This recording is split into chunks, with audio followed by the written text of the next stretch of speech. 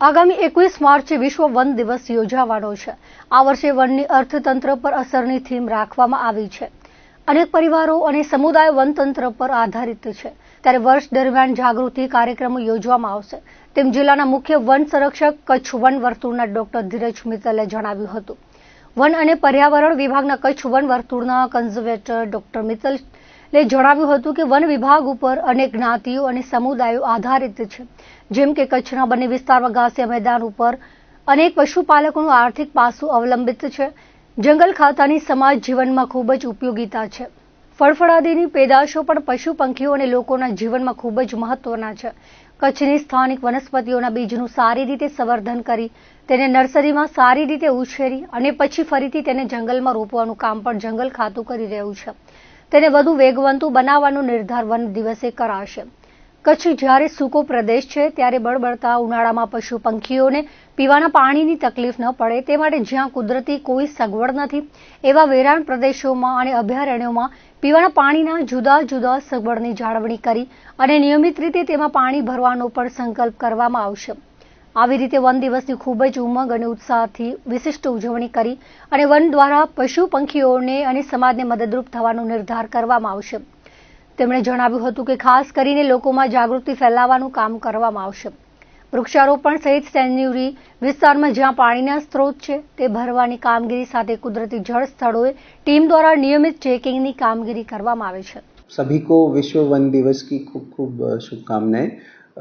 इस बार की जो थीम है वो है फॉरेस्ट एंड इकोनॉमीज, मतलब कैसे वन हमारी अर्थतंत्र है, लोगों की लाइवलीहुड है, लोगों को जो इकोनॉमिक बेनिफिट है वो देता है, उसको हाईलाइट करने के विषय में है। जैसा आप सब पता है कि वन के ऊपर बहुत सारी कम्युनिटीज़ आधारित है। हम कच्छ की बात करें तो जैसे हमारा बन्नी ग्रासलैंड है, उसके ऊपर वहाँ के मालधारी समुदाय के लोग, वहाँ के जानवर पशु सब आधारित हैं और वो अल्टीमेटली लोगों को आवक का जरिया बनता है।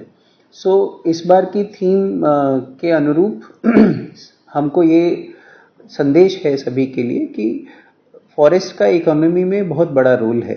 इकोलॉजिकल सिक्योरिटी के साथ साथ अगर अच्छी इकोलॉजी है तो ही अच्छी इकोनॉमी होगी, तो इसलिए फॉरेस्ट का बहुत उपयोग है, बहुत महत्व है। इस बार के कार्यक्रम में कच्छ वन विभाग एक जागरूकता प्रोग्राम करने वाला है, जिसमें वन में यहाँ के जो नेटिव स्पीशीज़ हैं उनका बीज कैसे एकत्रित किया जाए और उनका कैसे संवर्धन किया जाए, अच्छे बीज कहाँ से लें, उनको नर्सरी में उगाया जाए और जब प्लांटेशन हम करें तो अच्छे बीज से उत्पन्न जो पौधा है उसी को जंगल में लगाया जाए और उनका वृद्धि हो। तो उसके लिए हमने एक कार्यक्रम का आयोजन किया है यहाँ पर कच्छ में। उसके अलावा वृक्षारोपण का कार्यक्रम होगा और अन्य जागरूकता के कार्यक्रम होंगे। और जैसा कि अभी गर्मी की शुरुआत है, तो कच्छ क्योंकि शुष्क विस्तार है, तो जहाँ जहाँ हमारे वन्य प्राणी विस्तारों में हम वाटर के पॉइंट्स मेंटेन करते हैं, उन सभी में पानी भरने की, पानी मेंटेन करने की कामगिरी चल रही है। जो पक्षी विस्तार हैं, कहीं कहीं छोटे छोटे पानी के पॉइंट्स बनाने की भी काम हम मेंटेन करते हैं।